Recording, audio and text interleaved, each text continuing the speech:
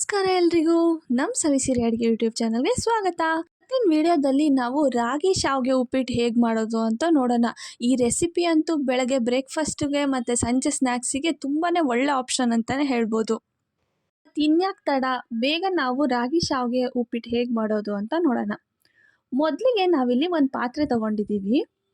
ನಾವು ಇದಕ್ಕೆ 1 ಲೀಟ್ರಷ್ಟು ನೀರು ಹಾಕ್ಕೊಳ್ತಿದ್ದೀವಿ. ನೀವು ಶಾವಿಗೆ ಎಷ್ಟು ತೊಗೊಂಡಿರ್ತೀರೋ ಅಷ್ಟು ಕ್ವಾಂಟಿಟಿ ನೋಡಿ ಹಾಕ್ಕೊಳ್ಳಿ.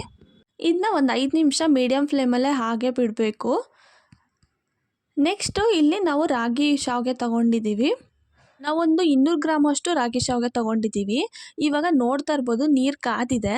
ಇದಕ್ಕೆ ನಾವು ಇವಾಗ ತೊಗೊಂಡಿರೋ ರಾಗಿ ಶಾವಿಗೆನ ಹಾಕ್ಕೊಳ್ತಿದ್ದೀವಿ.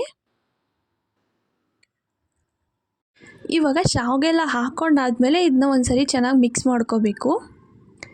ಮತ್ತು ಇದನ್ನು ಒಂದು 30 ಸೆಕೆಂಡ್ಸ್ ಬೇಯಿಸ್ಕೊಂಡ್ರೆ ಸಾಕು, ಇದು ಶಾವಿಗೆ ಬೇಯುತ್ತೆ. ಇವಾಗ ಇದಕ್ಕೆ 1 ಟೇಬಲ್ ಸ್ಪೂನಷ್ಟು ಆಯಿಲ್ ಹಾಕ್ಕೊಳ್ತಿದ್ದೀವಿ. ಆಯಿಲ್ ಹಾಕ್ಕೊಳ್ಳೋದ್ರಿಂದ ಶಾವಿಗೆ ಎಲ್ಲ ಚೆನ್ನಾಗಿ ಬಿಡಿ ಬಿಡಿಯಾಗಿರುತ್ತೆ, ಇಲ್ಲಾಂದರೆ ಫುಲ್ ಅಂಟ್ಕೊಂಡಿರುತ್ತೆ, ಅದಕ್ಕೋಸ್ಕರ. ಇವಾಗ ಇದು ಒಂದು 30 ಸೆಕೆಂಡ್ ಆದಮೇಲೆ ಇದನ್ನು ನೀರೆಲ್ಲ ತೆಗೆದು ತೊಗೊಂಡಿದ್ದೀವಿ.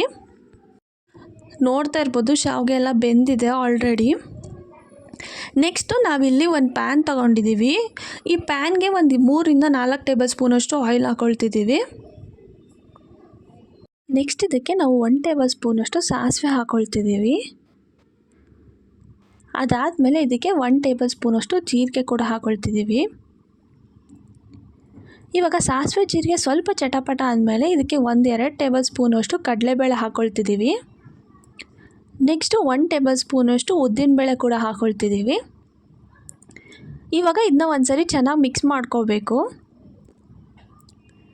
ನೆಕ್ಸ್ಟ್ ಇದಕ್ಕೆ ಒಂದು 3 ರಿಂದ 4 ನಾವು ಹಸಿಮೆಣಸಿನ್ಕಾಯಿನ ಕಟ್ ಮಾಡಿ ಇಟ್ಕೊಂಡಿರೋದನ್ನ ಹಾಕ್ಕೊಳ್ತಿದ್ದೀವಿ.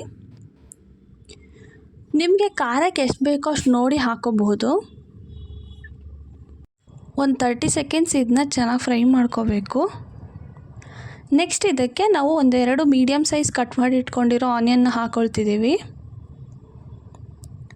ಆನಿಯನ್ ಎಲ್ಲ ಹಾಕ್ಕೊಂಡಾದ್ಮೇಲೆ ಇದನ್ನ ಒಂದು ಸರಿ ಚೆನ್ನಾಗಿ ಮಿಕ್ಸ್ ಮಾಡ್ಕೋಬೇಕು. ಮತ್ತು ಇದು ಗೋಲ್ಡನ್ ಬ್ರೌನ್ ಬರೋವರೆಗೂ ಫ್ರೈ ಮಾಡ್ಕೋಬೇಕು.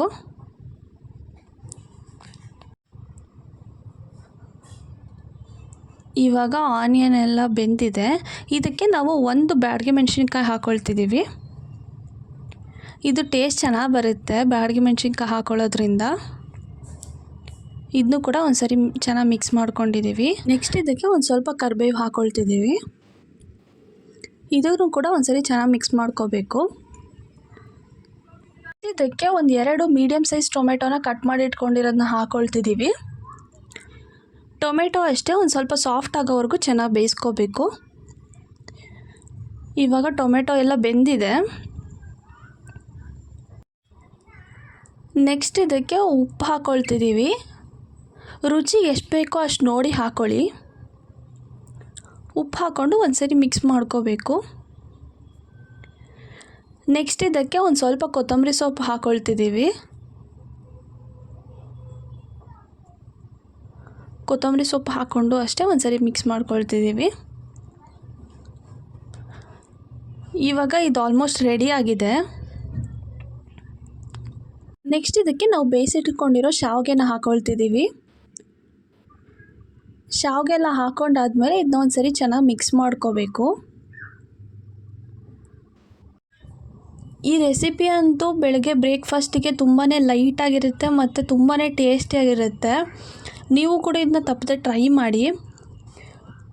ನೀವೇ ನೋಡ್ತಾ ಇರ್ಬೋದು ಶಾವಿಗೆ ಎಲ್ಲ ಎಷ್ಟು ಚೆನ್ನಾಗಿ ಬಿಡಿ ಬಿಡಿಯಾಗಿ ಬಂದಿದೆ ಅಂತ. ಇದಕ್ಕೆ ನಾವಿಲ್ಲಿ ಒಂದು ಅರ್ಧ ನಿಂಬೆಹಣ್ಣಿನ ರಸ ಹಾಕ್ಕೊಳ್ತಿದ್ದೀವಿ. ಇವಾಗ ಇದನ್ನ ಒಂದು ಸರಿ ಚೆನ್ನಾಗಿ ಮಿಕ್ಸ್ ಮಾಡಿದರೆ ಮುಗೀತು. ರಾಗಿ ಶಾವಿಗೆ ಉಪ್ಪಿಟ್ಟು ರೆಡಿ ಆಗುತ್ತೆ. ಇದಂತೂ ತುಂಬಾ ಟೇಸ್ಟಿಯಾಗಿರುತ್ತೆ. ನೀವು ಕೂಡ ಇದನ್ನ ಡೆಫಿನೆಟಾಗಿ ಟ್ರೈ ಮಾಡಿ. ನಿಮಗೂ ಈ ರೆಸಿಪಿ ಇಷ್ಟ ಆಗಿದ್ದರೆ ತಪ್ಪದೆ ಲೈಕ್ ಮಾಡಿ ಮತ್ತು ಇದೇ ಥರ ಇನ್ನೂ ಹೆಚ್ಚಿನ ವೀಡಿಯೋಗಾಗಿ ನಮ್ಮ ಚಾನಲ್ಗೆ ಸಬ್ಸ್ಕ್ರೈಬ್ ಮಾಡಿ. ಲೈಕ್ ಮಾಡಿ, ಶೇರ್ ಮಾಡಿ, ಸಬ್ಸ್ಕ್ರೈಬ್ ಮಾಡೋದನ್ನ ಮರಿಬೇಡಿ. Thank you for watching.